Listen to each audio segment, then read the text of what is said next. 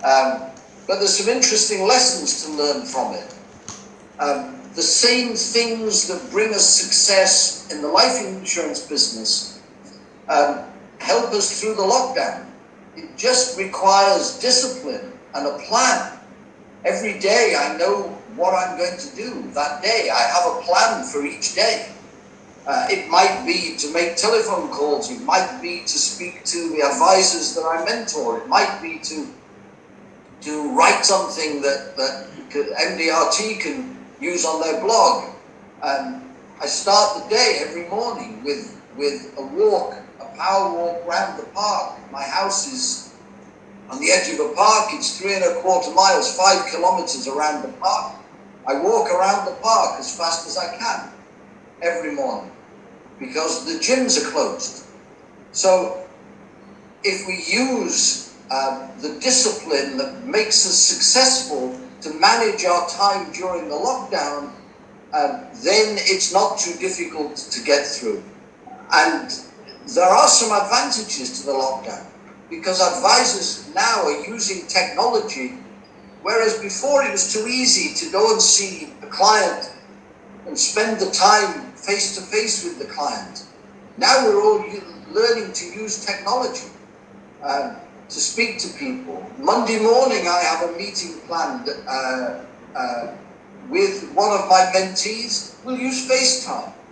This afternoon at 4 o'clock my time, all the past presidents of MDRT are going to have a night together to talk on Zoom.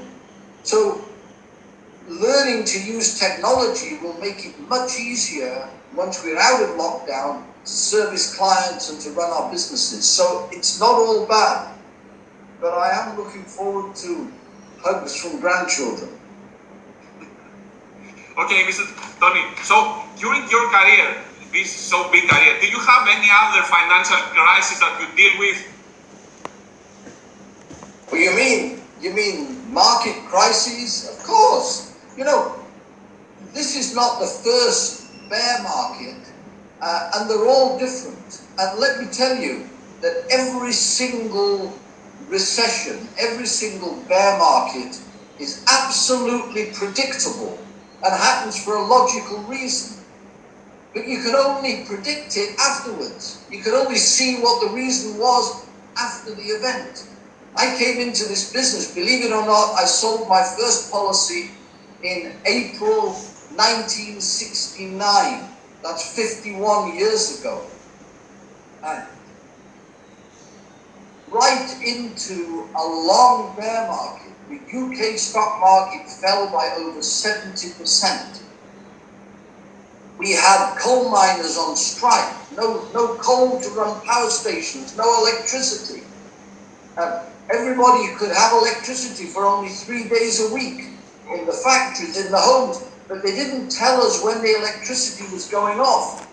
So I carried a candle and a saucer in my briefcase. So if I was sitting in somebody's home, because in those days business was always done in the evenings, if I was sitting in somebody's home trying to sell them insurance, all the lights would go out. I didn't need an objection. Oh, sorry, we can't do business, the lights are out. I'd open my briefcase and take out the candle and light the candle and keep going. Whoa. So that was 1972, 73. Markets recovered, 1981, 82. Another big recession, house prices collapsed, stock markets collapsed. 1980, that was 70s, early 80s, late 1987, Black Monday, markets fell 33% in 3 days. Again in the 90s, 97, the Asian markets collapsed, bringing all markets, world markets down. Right. Of course, 2008, we all remember the financial crisis. If we were actually to say to clients, especially those clients who've invested money, if we were to say to those clients, you know, in every 10 years, you will love me for 8 and you'll hate me for 2. Oh, great. Right. Great.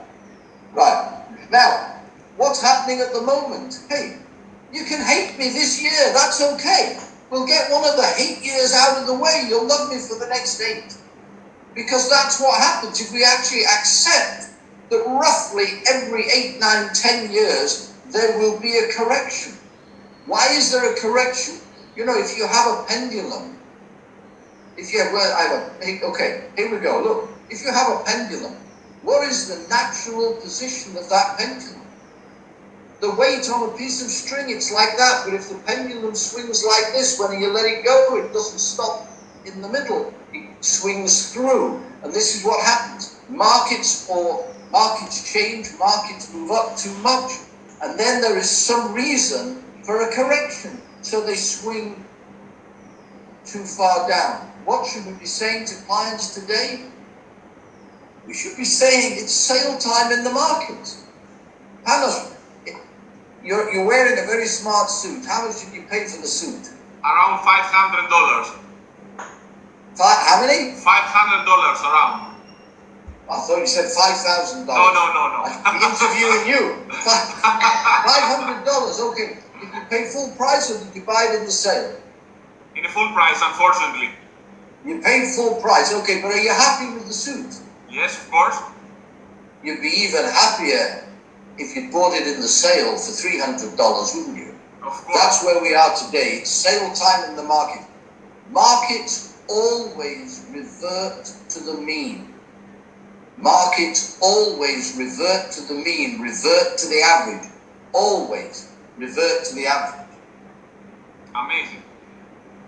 Tony, we have many questions about this point, but I think you give many ideas that we can use it with our clients and everyone who's asking us about the saving and investment. And so now let me move to another question. How you answer when someone tells you, I can't afford the premium? Well, I can tell you how to avoid getting objections, but that's an answer to a different question. If you've established with the client that they want to save for their retirement, to protect their families, to protect themselves, if you've established that they want that, then there is a problem. That problem has a price. The premium is only a fraction of the price of the problem. So if you tell me you want $100,000 a year in retirement, and now you tell me you can't afford the $1,000 a month premium, well, if you can't afford the $1,000 a month premium now, how are you going to manage without $100,000 a year when you retire? If you tell me your family need $5,000 a month to manage in the event of your untimely death or diagnosis of a life-threatening illness, if you tell me they need $5,000 a month, now you tell me you can't afford $500 a month, how is the family going to manage without the $5,000? The premium is only a fraction of the price of the problem. It's your problem, not my problem. Perfect. Your job is to find the premium. My job is to tell you what you should be doing with your money. Your job is to find the wherewithal, the financial wherewithal, the premium. Wow.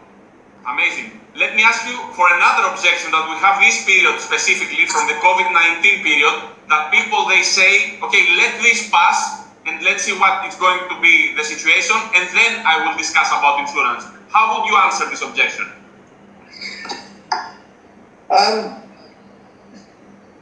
The virus is very sad. In my country, nearly 30,000 people have died from the virus. Now, the normal number of people have also died. Those who die every day from cancer, from heart attacks, from strokes, that continues. This is 30,000 extra people who have died over the last couple of months. Therefore, the risk today is greater than it was if I'd come to talk to you 2-3 months ago.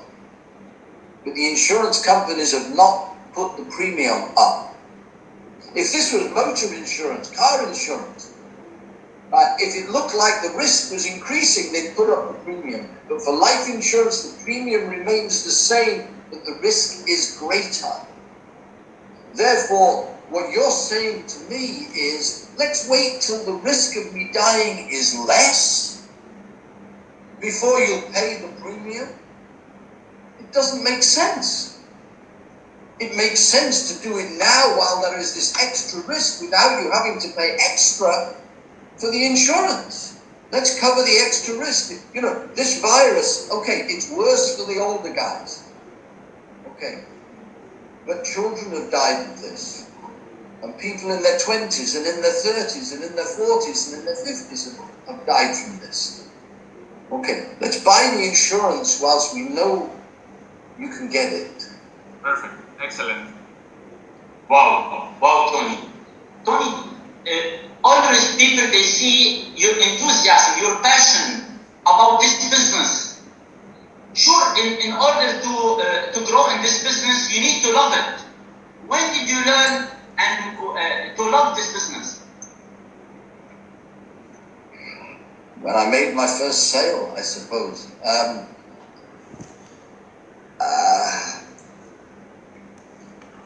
Well, I consider myself to be very lucky. Now, I don't really believe that luck brings success. It's hard work and discipline that brings success. But I was lucky to find a business in which I could express my personality and be successful. It didn't happen overnight. It took me 8 years to first make it to MDRT. So it certainly didn't happen overnight for me. In fact, at one point, after 4 years in the business, I was thinking of quitting. In fact, the only reason I stayed in the business was nobody would employ me. Nobody offered me a job. And at first, this was a career. What appealed to me about this business was that I could set my own value. I could write my own paycheck. I would be paid what I was worth. And that to me was very important. I didn't want to be taken advantage of. If I was good, I wanted to earn more than if I was only average. And if I was average, I wanted to earn more than if I was no good. I wanted to be paid in life what I was worth. And this business gave me the opportunity to do that. That's what really appealed about the business. So when did I really start to love it? I think when I started to achieve some success. I think when I first qualified for MDRT, it wasn't just a job in which I was making a reasonable income. It was more than that. It suddenly became a profession, something worthwhile that I could enjoy doing, enjoy the satisfaction. And you know, one of the great things about this business, we can continue to measure ourselves.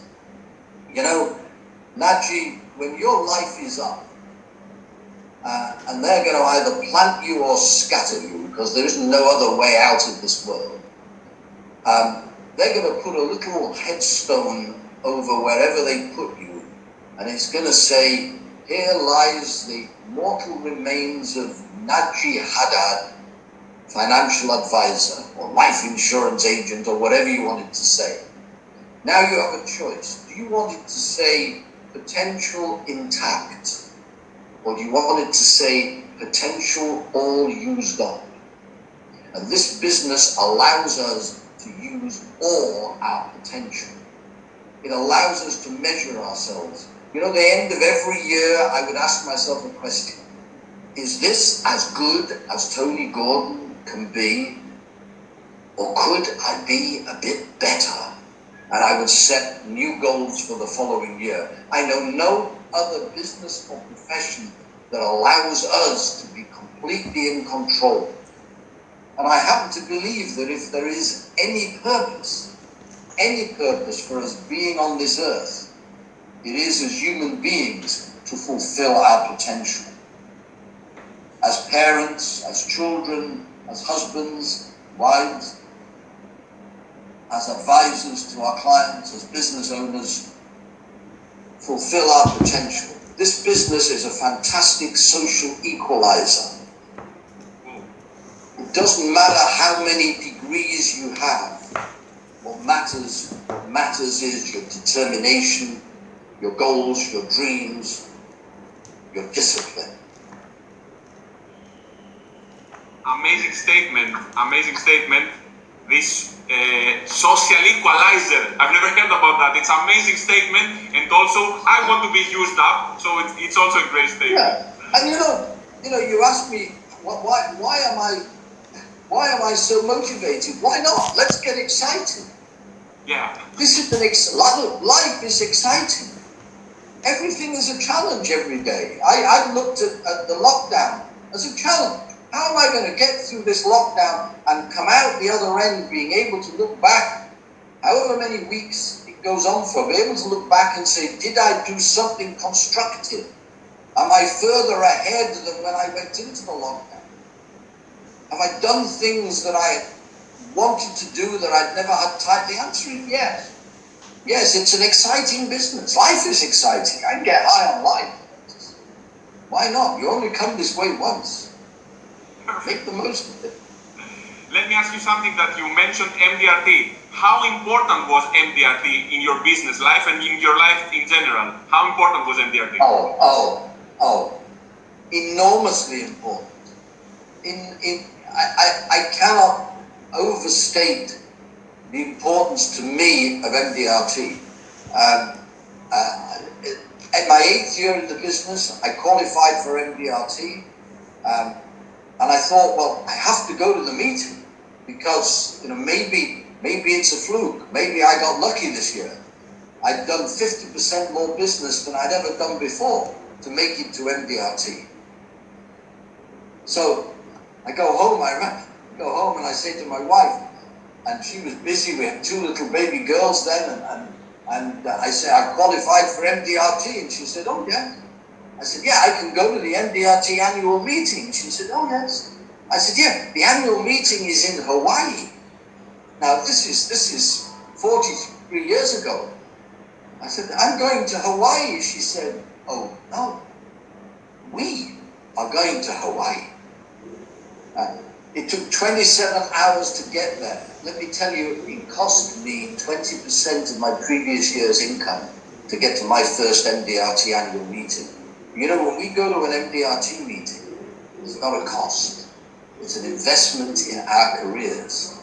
My first day at the meeting, I met a man who's become a good friend of mine. And he was wearing the white ribbon that said top of the table. This is 6 times MDRT. I said, what's this ribbon for? He said, top of the table. I said, what's top of the table? He said, well, it's 6 times MDRT. I said, oh, it's taken me 8 years to do it once. I could never do 6 times. He said words to me that are as clear in my mind today as when he spoke them 43 years ago. He said, we can achieve anything we want to achieve in this business if we just have the courage to believe we can achieve it. Is this all it takes? Is this all it needs? If I have the courage to believe, could I do this as well? I went home from that first meeting. I tore up all of my goals. I made new goals to make the top of the table. 8 years to make it to MDRT, 1 year to make it to the top of the table. Only just, but I made it. Now, of course, I might have failed to reach that goal, but I've always believed it is better to try and not succeed than not to try. If I'd failed to make top of the table, but just doubled my income, I would still have been a winner. I would still have been better off. It's always better to try. Even if we don't succeed, then not to try. I went home, tore up my goals, made new goals. Same clients, same office, same desk, same chair. What changes is in here. What changes is our belief in what we can achieve. Suddenly I was asking for bigger premiums. And people started to pay bigger premiums. And I made the top of the table. I continued to make it. So I owe MDRT everything, because without MDRT, I would still have been where I was 43 years ago. Wow. How important is MDRT? How important is breathing? You know, people say, Panos, you asked the question, people say, well, will I benefit from the MDRT annual meeting? Panos, did you ever play soccer when you were a kid? Not so good, but I did. You're not so good, but you weren't good enough to play for Olympiacos or... No. Of course not. Right, but let me ask you a question. If you were invited every year to go and train for 5 days with Olympiacos, you wouldn't be good enough to be signed up by them. But would you be better Of course. as a footballer? Absolutely. The answer is, of course you would. You go to NBRT for 5 days every year and you mix with the best people in our business. Of course, it makes us better. Better at what we do and better people as well. Perfect. And Tony is wonderful, wonderful. And Tony, this is why it makes you a 41 years member in NDRT and 40 years top of the table. That's not up to date. Excuse me, 43 years NDRT, 42 years top of the table. I'm sorry for this. Yeah, not up to date. I will take note about this. And there is some questions. First of all, I can tell you many questions that we have. I don't think we have all the time. You have all the time to answer it. But we are choosing from these questions. How did you manage work-life balance throughout the years? Did you have one plan to follow, or did you adjust your plan over the years? Of course, we adjust over the years. When we start, we're desperate to do business. And when I started, I would try to do business during the day. I would be doing business in the evenings. And what was most important was to achieve success, to achieve enough income, to achieve financial security. So, did I get the work-life balance right? No. But what I did do, and have always done, is I've always said, business has priority Monday to Friday, and family has priority Friday to Monday. No business weekends, no work weekends, but don't ask me what time I'll be home in the evening, certainly Monday to Thursday. I never had appointments Friday evening. And then I stopped making evening appointments slowly. At MDRT, the speaker said, we don't have to see people in the evenings. I said, okay, how can I make the change? Now, my rule was always 15 appointments a week. I'd make sales appointments Monday to Thursday. Friday was the office day for clearing everything up and getting ready for next week. 15 appointments a week. So I started to say, okay, no more appointments Thursday evening, but I still have to have my 15. A year later, no more appointments Wednesday evening, but I still have to have my 15. No more appointments Tuesday evening, but I still have to have my 15. Only one evening will I work. And the year after that, so over 4 years, I cut out all evening appointments, but I still had my 15 a week. And I had one client, and he was a haulage contractor. He had lorries, trucks with drivers, and he used to drive himself. And I really liked this man, and he always did business, and he always gave me referrals. So I said, he is the only client that I am still going to see in the evening. That's the only one. And a few years later, I called him and I said, you know, Jeff, it's time that we had a meeting. I said, but you know, I don't have the energy I used to have. I said, I don't do my best work in the evening. I said, any chance you could come home early? You get home maybe 3:30, 4 o'clock, okay? And let's meet at, say, 4 o'clock instead of in the evening. You know what he said to me?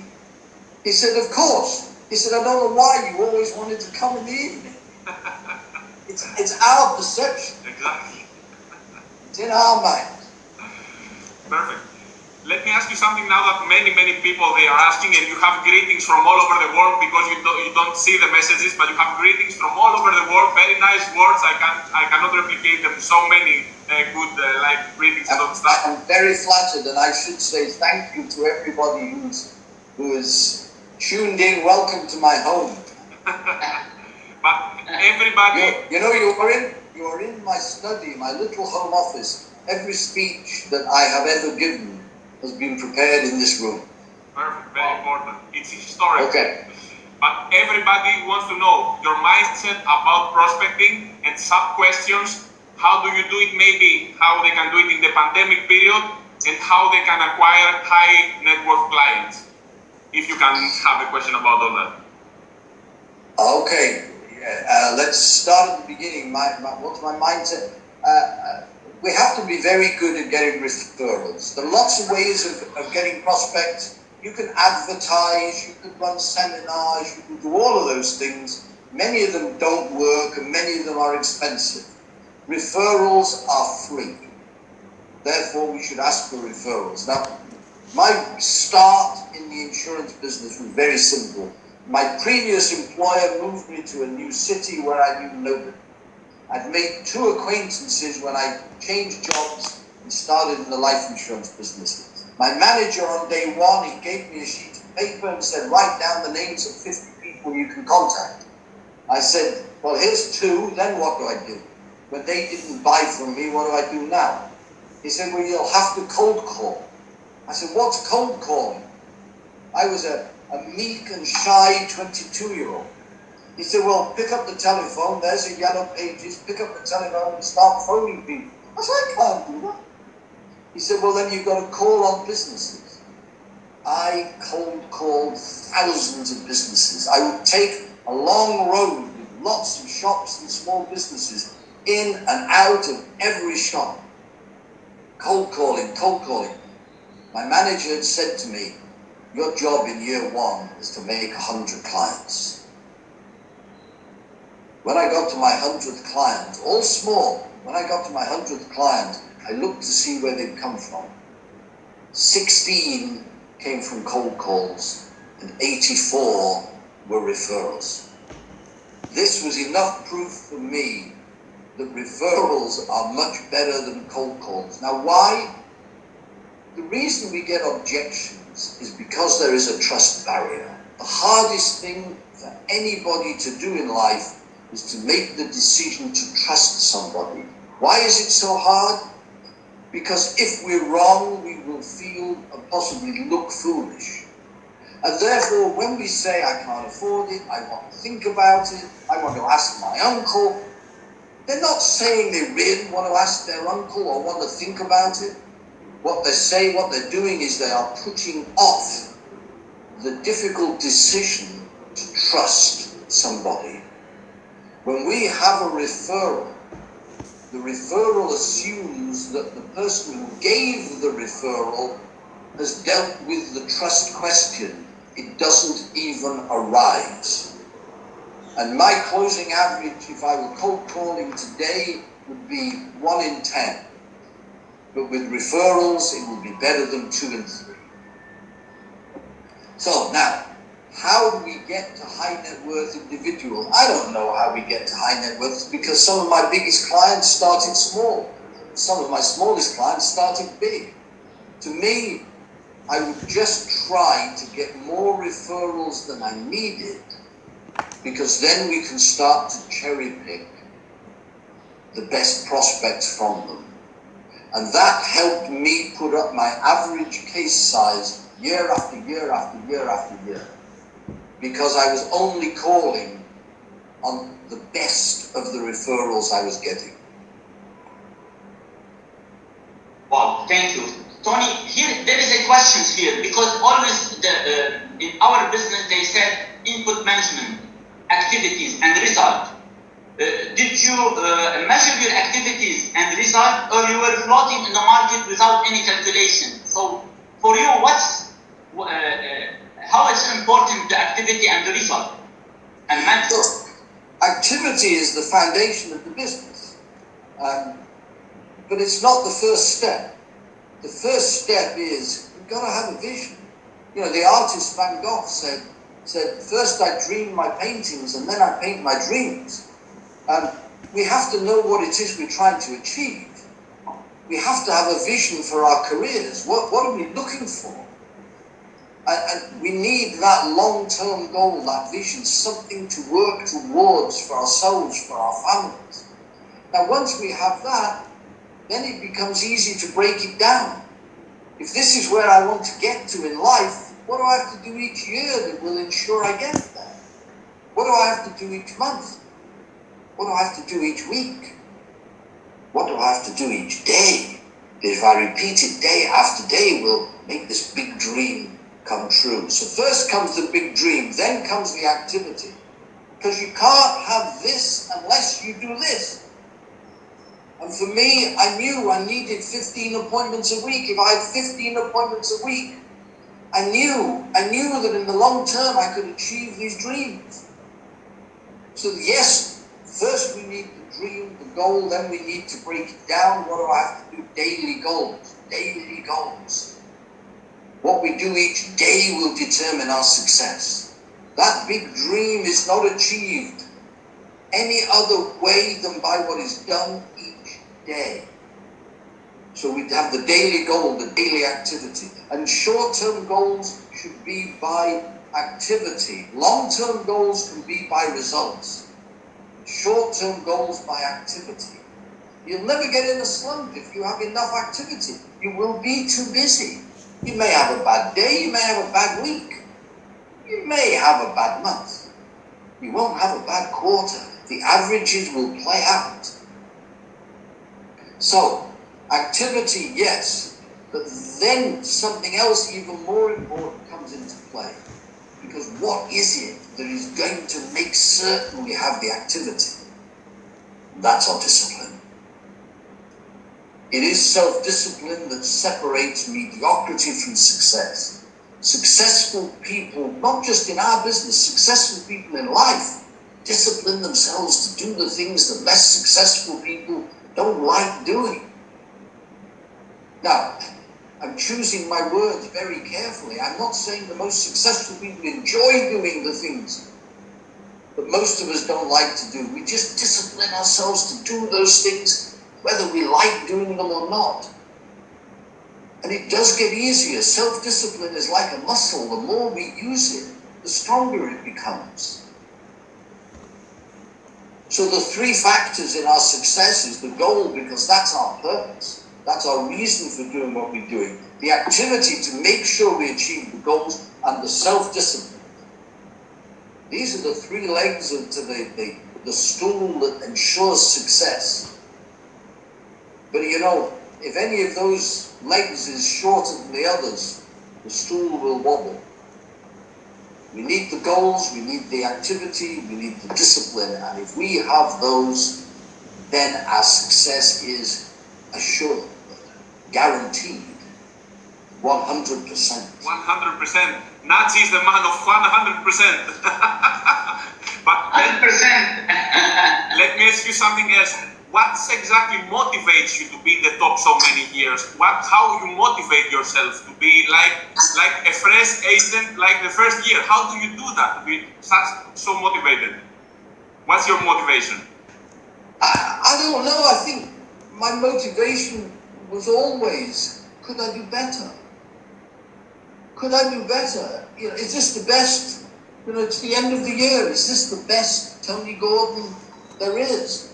Or could I do better? Better might mean more business, might mean the same amount of business with less effort.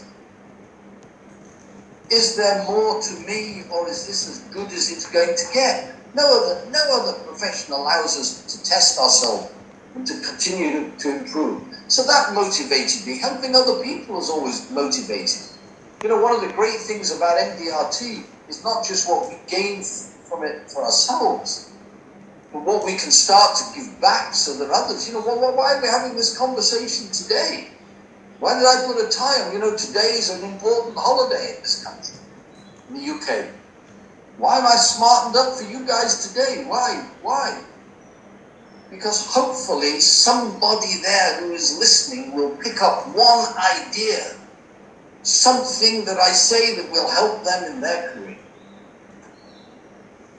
I got a text message, an SMS the other day from somebody who I do not know in Malaysia that met me and heard me 20 years ago, thanking me and telling me how successful they'd become because of something I said, because they read the book that I wrote 20 odd years ago. That's what, how big a reward can you get in life from that? Tony, I know that we still only have maybe less than 15 minutes. If we stay with you, not 55 minutes, 55 years, and we still need more from you. But we still have maybe maximum 4 questions. And let me here ask you, can you share with us one sales idea that it helped you a lot and changed everything in your life? Yes. What I'm about to tell you turned around my whole business. And if there's anybody here from the training departments of insurance companies, please don't be offended by what I'm about to say. But it occurred to me that everything that we're taught by the trainers in the life insurance companies is wrong. We are told, go and sell the need. Find the need. When you find the client's need, you have to make 2 sales. First, you have to sell them the need, persuade them that your perception of what they need has to be their perception as well. And then you have to sell them the product. Now, nobody wants to be told they're going to die, or they're going to get old and maybe income in retirement, or maybe struck down by critical illness. So the first problem is you've got to persuade them they're mortal. I don't want to hear that I'm mortal. And then you've got to persuade them to spend money that they'd sooner spend on other things on your product. And I realized that telling people what they need is the wrong way to go. We have to ask people what they want. Now you might say, well, it's not much of a difference. You're right. It's a very small, subtle difference, but it's worth millions to us as advisors. What do you want, Najee, for your family in the event of your untimely death? What do you want your family to have as income? What do you want? What do you want as income when you don't want to work anymore? What do you want to have happen in the event of the diagnosis of a life-threatening illness? What do you want? It changes our position. When we tell somebody what they need, we're selling to them. When we ask somebody what they want, we're helping them to buy. It's a very small, subtle difference, but it's worth a fortune to us. Stop telling people what they need and start asking them what they want. It's not difficult. Najee, what do you want as income for your family in the event of your untimely death?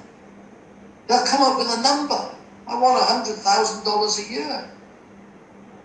Najee, where is this $100,000 going to come from? I don't know, they'll say. If I had some ideas to help you find this $100,000 a year, would you like to look at them? Well, yeah, I suppose I should. You've just told me what you want. Of course you're going to say, yes, I'll look at them. So stop telling people what they need, start asking them what they want. Now the second thing is, what they want is always bigger than what they need. You ask somebody what they want as income in retirement, they'll tell you the same as my income is today. They won't need that because their mortgage will be paid, their kids will have left home, they can sell their big car and get a smaller car. They won't need it. But what they want is to continue to live the way they've always lived. what people want will always be greater than just their needs. You know, look, I still live in a house that was more than I needed when we had our kids at home. When my younger daughter finally left home, I said to my wife, we don't need this big house anymore. Should we downsize? She said, we may not need this, but it's where I want to live. She also said, you can leave if you want to, but I'm staying. We have 3 cars outside. Why? It's a big one, a medium-sized one, and a small one. Why? It's what we want. The big car is for long journeys. The medium car is for my wife to go shopping. The small car is for me around town. What people want is always greater than just their needs. Start asking people what they want. You know, I don't know if in all of your countries you have something like we would call it a swear box. You know, if you use a curse, if you say a rude word, you put a coin for charity in the swear box. Okay, there should be a swear box. Every time you find you use the word need, you should have to put £100 or $100 in the charity box. Stop using the word need and start asking people what they want, and it will change the shape of your clients and the way you do business, because you will not be seen as selling them anything. You will be seen merely as giving them the price of what they want. The closing average goes up. How can anybody not buy from us if all we do is give them the price of what they've told us they want? Wonderful, wonderful, Tony. So the message, guys, always ask what they want, not what they need. And here, Tony, let me ask you questions, and I will keep the last questions for my friend Panos. And thank you, Panos, for everything and for all the effort and support that you made today to go live with the big man, Tony Gorden, as I like to name you, the big man. Tony, there is thousands of people now, they're watching you live. What do you want your message to be for them? What do I want my message to be for whom? For the people who are watching you now, thousands of people, they are watching you now. And can I ask something before? Because many they are asking, what's the future now of the profession and our industry after the COVID? So you can combine this if you want. What do I want my message to be? We are in a great profession, full of opportunity.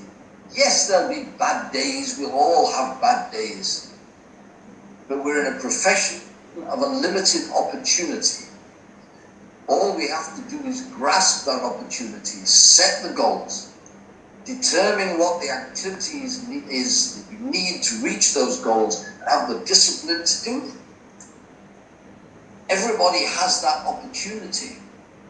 I just wish that everybody would grasp it. They say that when you give a talk, 5 to 10% of the audience will make a change. I just wish 100% would make the change.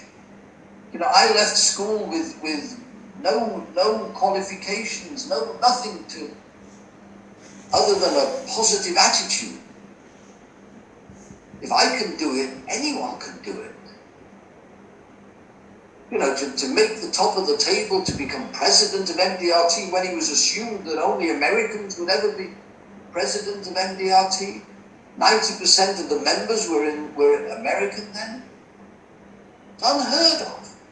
Now, if I can do it, anybody can do it. Anyone can do it. Just grasp the opportunity. Go for it. And the last $1 million question. So if your daughter or son are going to enter the business now, what would be your advice to them if they enter the profession now? I think my advice would be, what do you want? What do you want? If it's good for clients, it's good for people in our profession. What do you want to get out of this business? What do you want your life to look like in 5 or 10 or 15 or 20 or 30 years' time? What do you want for yourself? What do you want your lifestyle to be like? What do you want your income to be like? Your security? What do you want it to look like? In other words, create that vision and then break it down. Break it down into a goal for the year, goal for the month, goal for the week, goal for the day. What do you have to do each day? And then go out and do it with determination and with discipline. Because with that vision, with the activity, and with discipline, then we will all achieve the goals, the dreams we set for ourselves. Absolutely amazing. 100% amazing. 1,000%, Nazi. We have to advance that now. So we know that you have only 2 minutes because you have to go out to have your custom with your national holiday today to pay the respect to the people that they fought. So we want to thank you from our hearts for this session. Big thank you, man. Big thank you. And maybe in the future we can have another huge opportunity to have you again if we have many questions. Maybe, if you want. I enjoyed it. I've enjoyed it. So, Panos, Naji, thank you for organizing it. And all you folks out there who are watching, thank you for having the faith and the confidence to invest the hour to share with me this morning. Thank you all very much. Of course. Thank you, Tony. Thanks for you, Tony, for everything. Guys, I think this is one of the best sessions I listened to it in my life, and I hope you take a lot of notes and ideas and prepare a question. Send us your questions by email, and we will manage these questions, and we will be prepared for another session very soon with the big man Tony Gorden, an icon of the life insurance profession. Thank you, Tony, for everything. Thank you for your time. Thank you, Panos, for everything. God bless you. God bless our profession, and God bless MDRP. Nazi, one last question, not for Mr. Tony. We can release you if you want. We have many questions that people they want to know. What about MDRT for 2020? How they can be members? Can you answer this question, or do you want to do another session to do it? If you want, I can continue me and you for another 5 minutes if you want, and we can answer these questions. Okay. Yeah. So Tony, thank you again so much. Tony. Thank you all very much. Just leave. You can leave the meeting. I will do that for you. No worry. Okay. Perfect. You're the technical manager, and you're the one, the Iron Man of the technology. And guys, let me tell you something. If we don't have Panos with us today and IFAA Academy, we couldn't manage it to make this session. Because Panos, with all this technology that he managed it to all of you to be on the webinar, and we go with Tony on the Zoom. Yes. So it wasn't easy to manage it. Thank you, Panos, for all the work, day and night, to make this happen. Thank you for everything. We thank you. We're ready to answer any questions. We thank you because you arranged all that and you put all this positive energy. Every time I meet you, my friend, I'm like bombarded with positive energy, and I'm inspired to be the better version of myself. And you have to. And if you can please also giving me the time to thank all my team who is helping me day and night. I want to thank also Blue Grapes for all the visuals that are preparing. I want to thank my friend, my brother, Jay Dagger, and his company and his team Expand for preparing all this work all the time. To thank also this team and Legacy Builders for working and preparing for this session. Thank you, and sure the big thanks for everyone who's attending this session, and hope you benefit from this. Okay, before you answer, I will put a poll. If they find this useful, you can vote in your chat box now that you can vote if you find this webinar useful and if you want to have like that kind of webinars in the future. And now, Nazi, you can answer the people what it's going to be with a virtual event.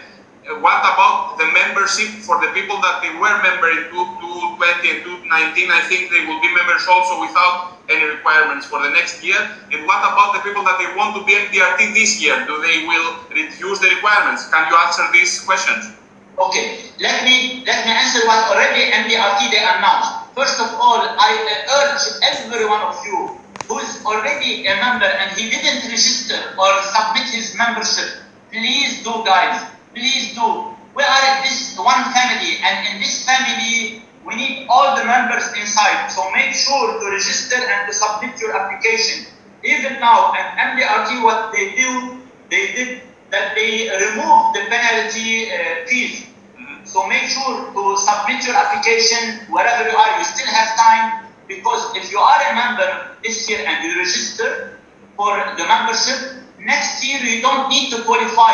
You can be a member and submit your application even if you didn't get the qualification. This is first. Second, if you submit your application and your qualification as a member and you register, you have the opportunity to attend the virtual, one of the outstanding meeting that I'm sure MDRT, they are working day and night for it, and the meeting that will be in August, because they put together two meetings, the annual meeting and the global meeting for this year, 2020, it will become one meeting in August from 3, as I remember, till 7. From 3 August till 7 of August. So who registered this year as a member, no need to qualify. He can be a member next year and submit his application without qualification.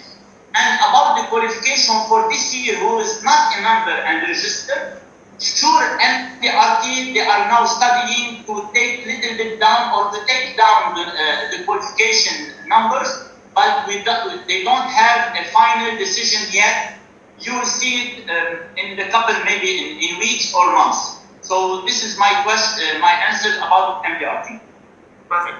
So I think we can end this session today. And sure, guys, please check all the time mdrt.org, because on mdrt.org you can find not only this information, you can find all the materials that you need, the blogs, the articles, the posts, the videos that you need to watch it now, or to send it to your team, or to send it to your clients about what you need to manage in this time. MDRT, guys, is the place where you can learn, earn, and grow. Perfect. So we think we can close the session. I want to wish everybody to be strong, stay safe, and now it's the time to prove who we are in this difficult situation, because it's in our DNA to protect the society now. And stay tuned, guys, for more sessions to come very soon. And reserve your time